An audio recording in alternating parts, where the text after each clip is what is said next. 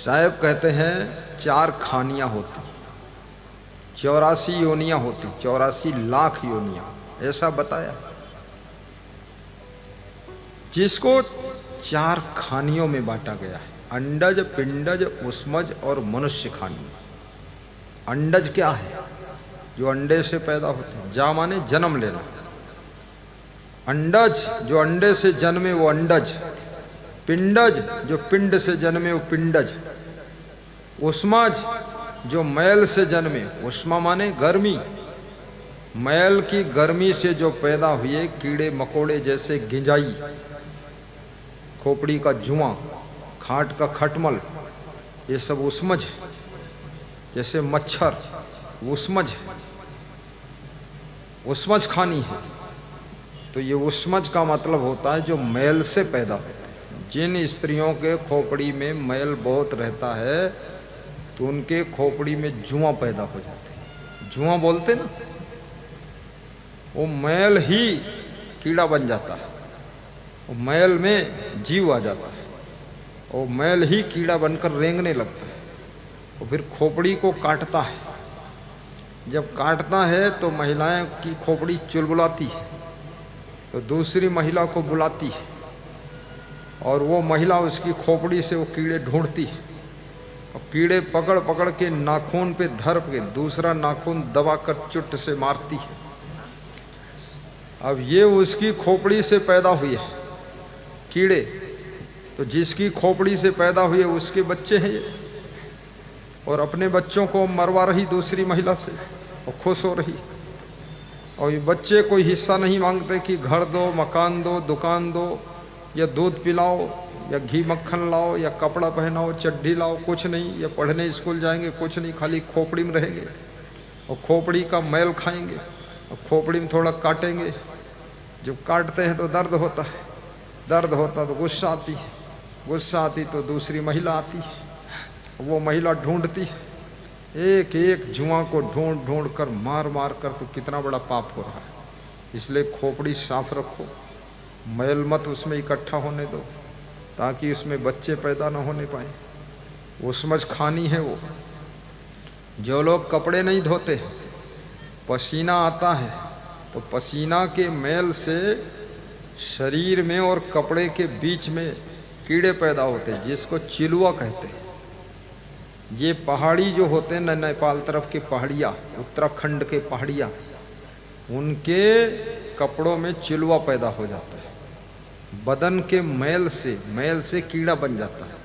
वो कीड़ा उनको काटता भी है, तो वे जहाँ बैठते हैं वो कीड़ा ढूंढ ढूंढ कर मारते रहते हैं, और उनके शरीर के मैल से पैदा हुआ। जहाँ जहाँ मैल पैदा होगा वहाँ वायरस, बैक्टीरिया, कीड़ा मकोड़ा सब बहुत पैदा होता है।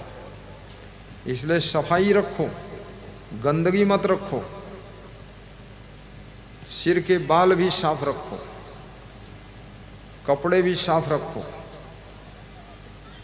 अब सफाई गुरु जी कह सकते हैं रखना आपको, संतों को भी सफाई रखना चाहिए। कितना संत भी इतना मैलुआ है, वो अपना जैकेट 2-2 महीने धोता ही नहीं। अगर पड़ोस में आ जाए तो उसके जैकेट से इतनी बदबू उठती है, सांस लेना मुश्किल, सब पसीना गंध। और साधु बना है और कहता है मेरा नाम प्रभा मंडल साहब। अरे गंदगी मंडल की प्रभा मंडल। साधु को भी कपड़ा साफ रखना चाहिए, और महिलाओं को भी धोती वोती साफ रखना चाहिए, और धोती थोड़ा उटंग पहनना चाहिए।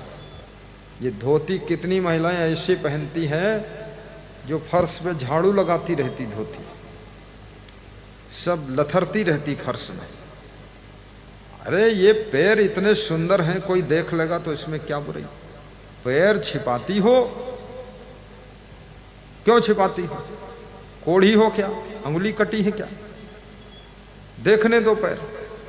फर्श में लथार रही धोती, फिर वही धोती पहने पहने रजाई में घुस गई, तो जितना दिन भर का माल इकट्ठा किया था मैल, नाक थोक रबड़ी गंदगी लगाकर और रजाई में लगा दिया। तो पति बोलता है कुछ बदबू आ रही है। बोले ये निजी कंपनी का माल है, सूंघते रहो, पड़े रहो इसमें। पति पत्नी उसी में पड़े हैं, सड़ रहे हैं। ये सब नरक क्यों बना रही हो? इसमें कौन तुम्हारा महत्व है ये तो बताओ हमें, कौन महिमा है? कौन देखता है तुम्हारी टांग पैर? तो कोई मूर्ख देखेगा। अपने टांग देखने का तो टाइम नहीं, अपना मुंह देखने का टाइम नहीं। अब दुनिया भर का मुंह अपना अपना बनाकर लोग बैठे कि हमारा मुंह तुम देखो, तुम्हारा कौन देखे, अपन देखे टाइम नहीं। तो ये मुंह के चक्कर में भी मत पड़ो। मुंह ठीक है, बहुत सुंदर मुंह है। मुख वह सुंदर है जिस मुख से भगवान का नाम निकले। हाथ वह सुंदर हैं जिन हाथों से सत्कर्म और परोपकार हो। आंखें वह सुंदर हैं जिन आंखों से महान गुरु संत का दर्शन हो। कान वह सुंदर हैं जिन कानों से सत्संग के शब्द श्रवण हो। और याद रखना, बुद्धि वह सुंदर है जिस बुद्धि में कोई महान गुरु का स्मरण हो, महान गुरु का स्मरण हो। बोलिए सद्गुरु भगवान की जय।